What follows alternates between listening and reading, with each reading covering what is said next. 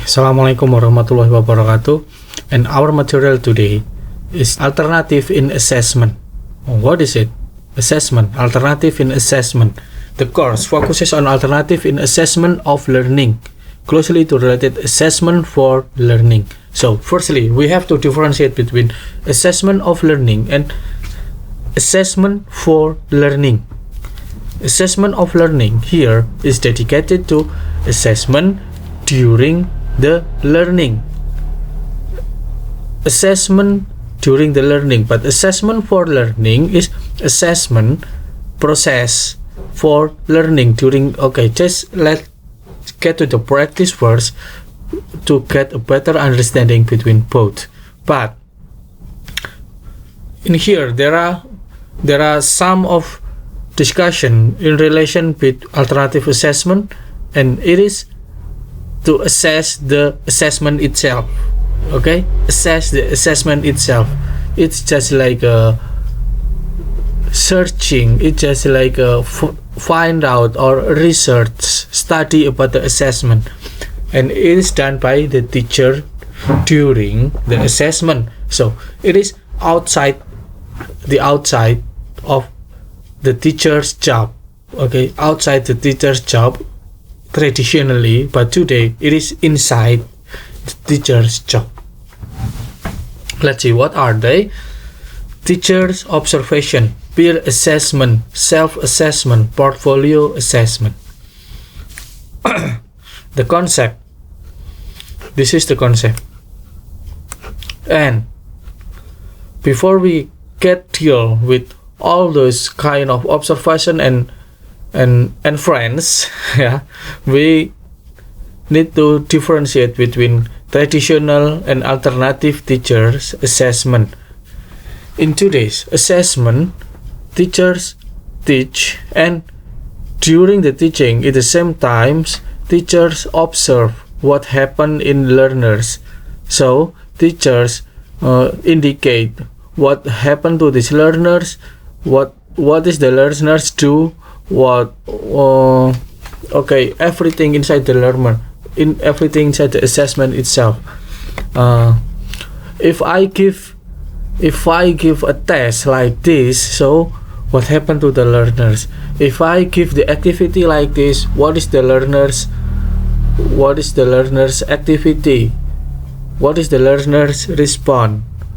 How this activity can improve? And this all in today's assessment. But in traditional assessment, it is not something like that, because in traditional assessment it just tell the students the material, give them the test, and the success or not, the measurement of successful or not of assessment is in the test.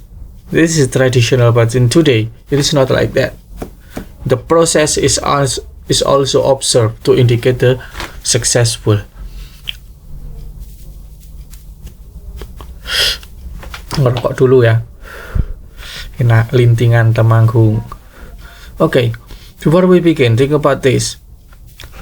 Is assessment solely responsibility to the teacher? What different assessment type are you familiar with? Multiple choice, true, false, etc. Reflection. Okay.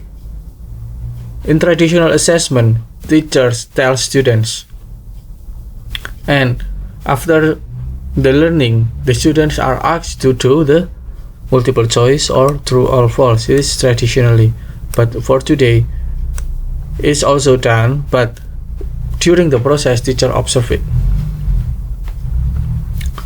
How well does each of this assessment technique measure language proficiency?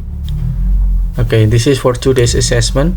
What problems might happen in the class with that kind of activity? What problems might happen connected each of these assessment types? So, in today's activity, we connected the problems with the purpose, with the aims. Okay, this is the example in here in this address. You can check this link, and this is also assessment of learning, assessment for learning. This is the characteristic.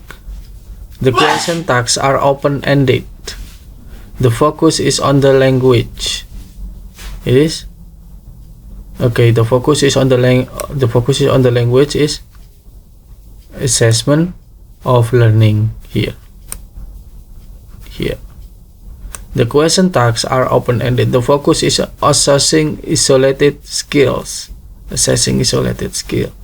It is learner-centered. Blah blah blah blah. Which are the characteristics? You can indicate yourself. And this one, the general overview. Okay, I need to make it a little bit.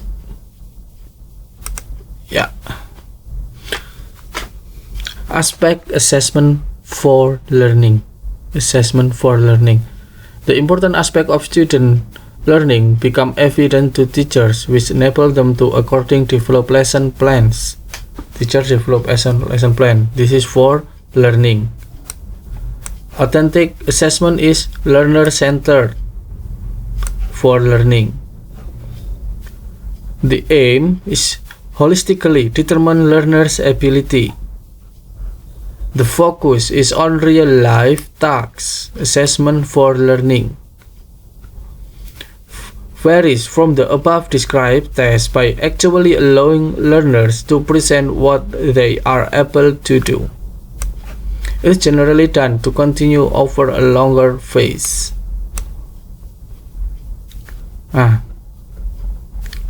Assessment of learning. This is different. Assessment of learning. Conventional tests are rarely give a teacher the information which they are actually interested. Okay, so the activity give the teacher information about how well the activity. Testing situation make it difficult for some learners to think clearly due to nervous. Jadi situasi itu menyebabkan ketegangan di antara siswanya ketika kita memakai model seperti itu. Ternyata setelah diobserve menyebabkan ketegangan. Bisa. The aspect of assessment learning. This is why we need to learn how to assess our learners so that we constantly recognize that they are truly capable of in the foreign language. So teachers need to learn how to assess, how to conduct the material of the skill to the students without negative point, minimizing the negative point.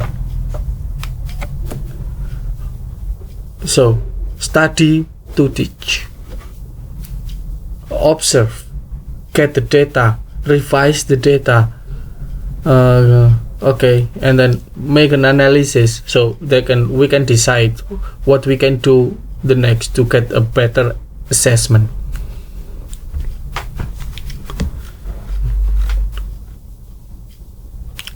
Okay, next. Teacher observation as a form of assessment. Teacher observation. During the process of assessment, the teacher observe at the same time. What characteristics of assessment? What benefit might have other traditional testing?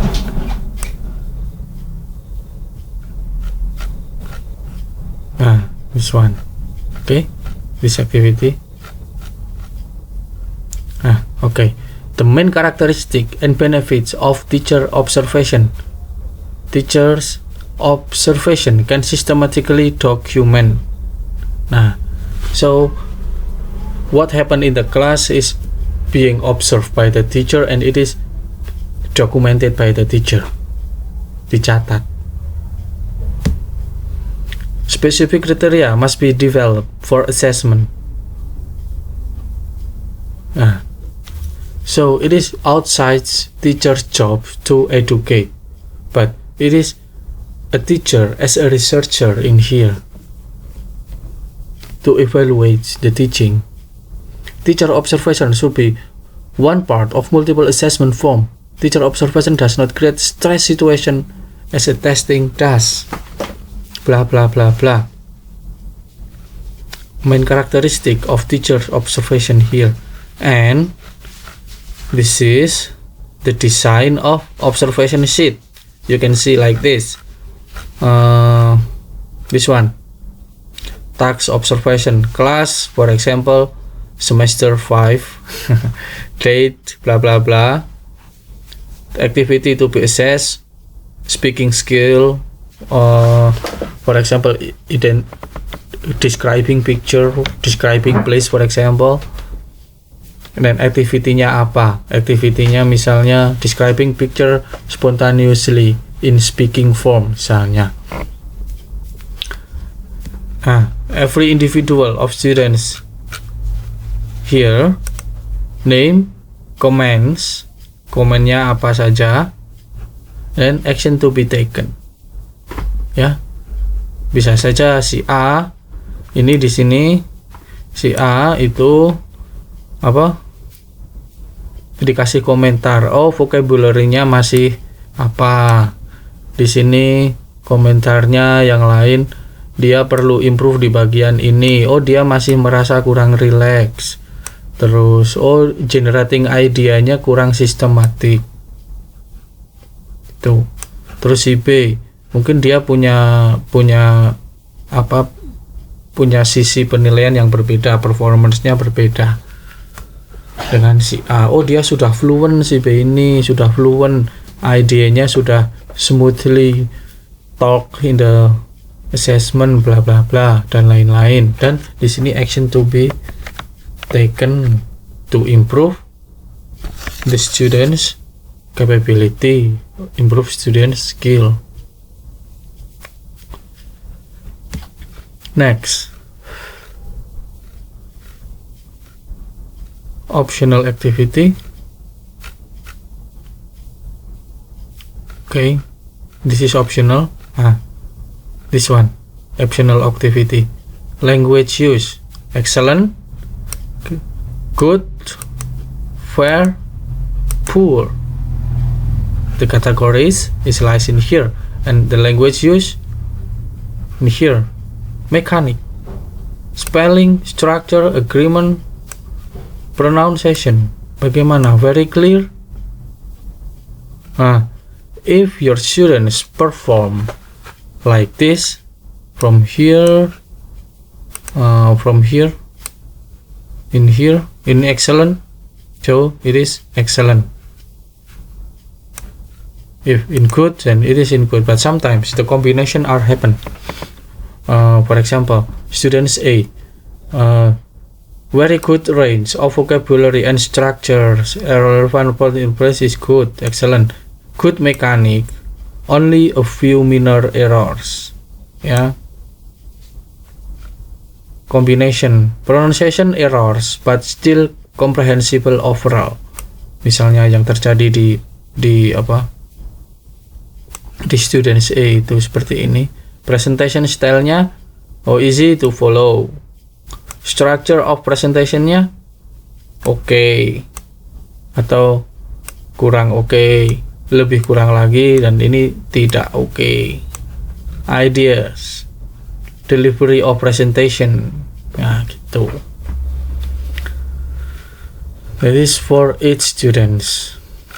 These students in a high level, to assess. But in the beginner level, it can be happen, but the material of the standard is lower than this one. For example, for the beginner level of students,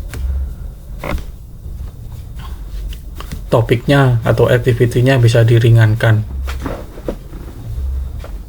And this is the observation guidelines.